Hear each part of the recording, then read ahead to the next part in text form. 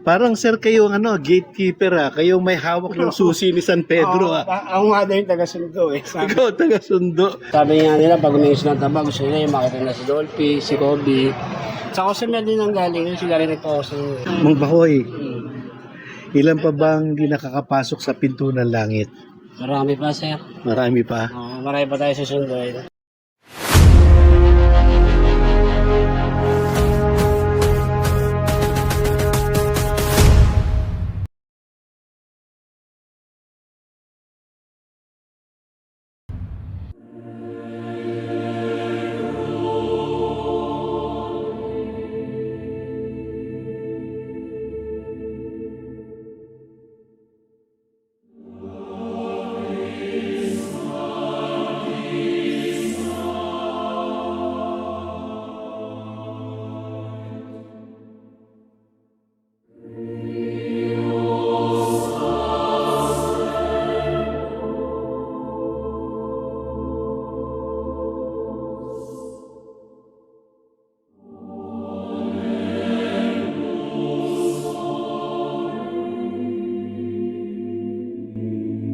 Sa totoong buhay, sino ba talaga si Mang Bakoy?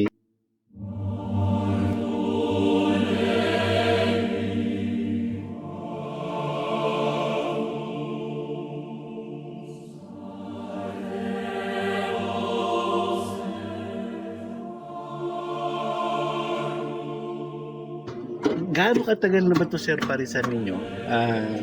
Tawag dito, paano po ba nagsimula ito? Ayun to after the pandemic, nag-umpisa siya. Tapos, nahinto. Tapos yung time nga na wala akong trabaho, tinesting ko lang siyang ilabas sa labas. Tapos doon na ako nakilala sa labas. Pandemic yun, after pandemic. After pandemic. Mga anong year po yun, sir? 2020 kasi yung pandemic. Okay, pandemic mismo yun eh. Pandemic mismo. Opo, pandemic.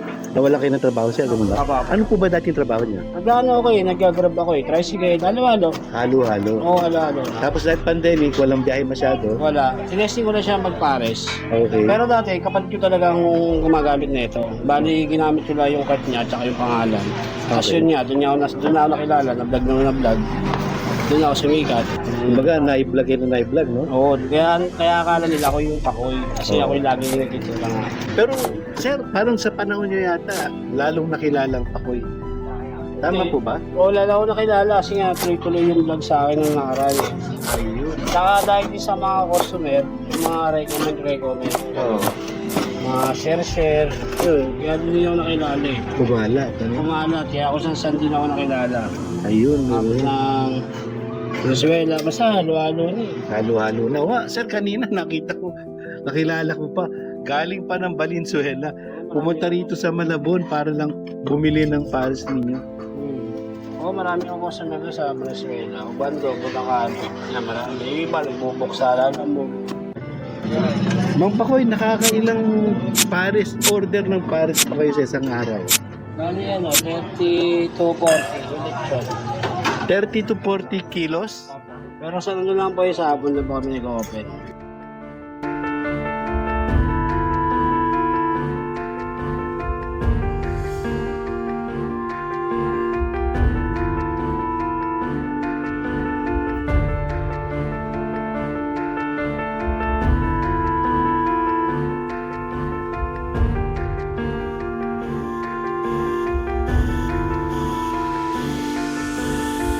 Ah, 1 p.m. hanggang 6 p.m. mga ganun. 1 p.m. hanggang 6 p.m. ng Hapon na. maghapon, gabi. Ano? Hindi, Ilang oras lang, ano? Oo, sundan yun lang po kami nagtitindi. Anim na. Sir, bakit ganun lang? Hindi nyo kabaan? Yung oras? Kulang pa sa tao kasi wala rin mag-aasikaso. Yun, walang mag-asikaso. No? Kaya kumbaga, Balak na namin mag-adjust ng oras. nahabaan pa.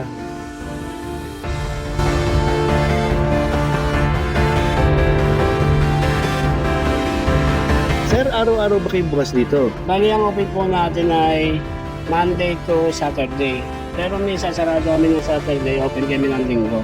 Sa dalawang araw na yun, minsan kasi nagpapadyan ng tayo. Minsan Sunday, minsan Saturday. Sino ba si Kasi tawag na sa inyo Mang Pakoy eh. Pero sa totoong buhay, sino ba talaga si Mang Pakoy? Anong pong tunay na pangalan? May asawa po ba at saan po nakatira? Yung Pakoy, pamangkin ko po talaga yun, bata pa yun. Bali, anak siya ng kapatid ko nung may-ari ng Parisal. Siya yung talaga yung Pakoy. Pakoy, ito yung pamangkin ni Sir. Galing sa kanyang pangalan, pero sa katagalan, si Sir Perdi. Perdi. Parang naging kilala bilang Pakoy. Siya na yung naging mukha. Mami Pares ni Paring Pakoy.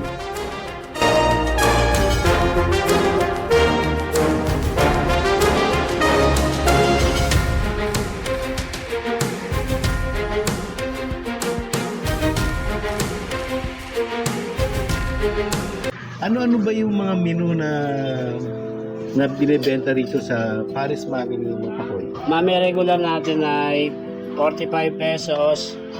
Special Mami Lechon, 90. Beef Mami Special, 90. Tapos, Lechon Pares, 80 with rice. Beef Pares, 80 din with rice. Tapos San Pedro, 130. Yung San Pedro po, ano po yun, yung baka lechon.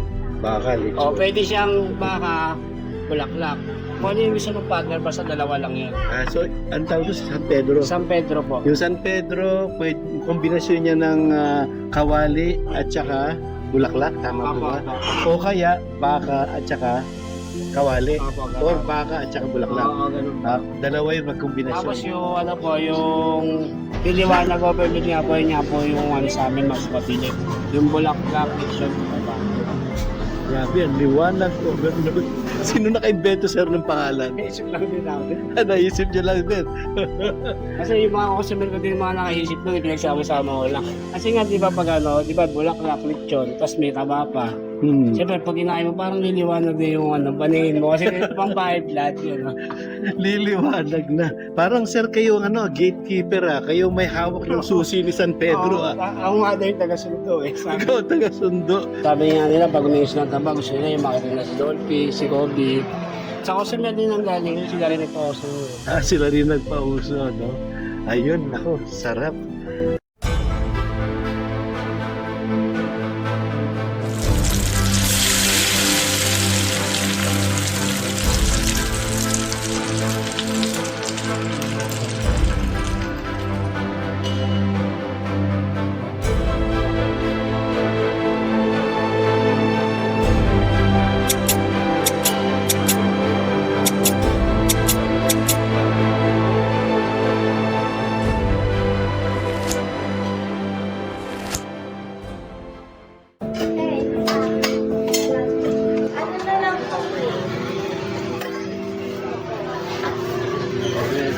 Ngayon naintindihan ko na guys kung bakit alauna lang hanggang alas 6 dahil sa sobrang dami ng tao pagod na sila rito pag kinabahan pa nila yung oras dahil si Mang Pakoy mismo ang dito sa siya mismo nagsaserve ng mga pagkain.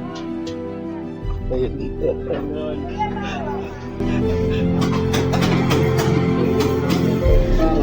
Mang Pakoy, ilan pa bang hindi nakakapasok sa pinto ng langit? Marami pa, sir. Marami pa. Marami pa tayo susunod. Marami ka pa susunodin. Hindi pa nauubos eh. Hindi pa nauubos.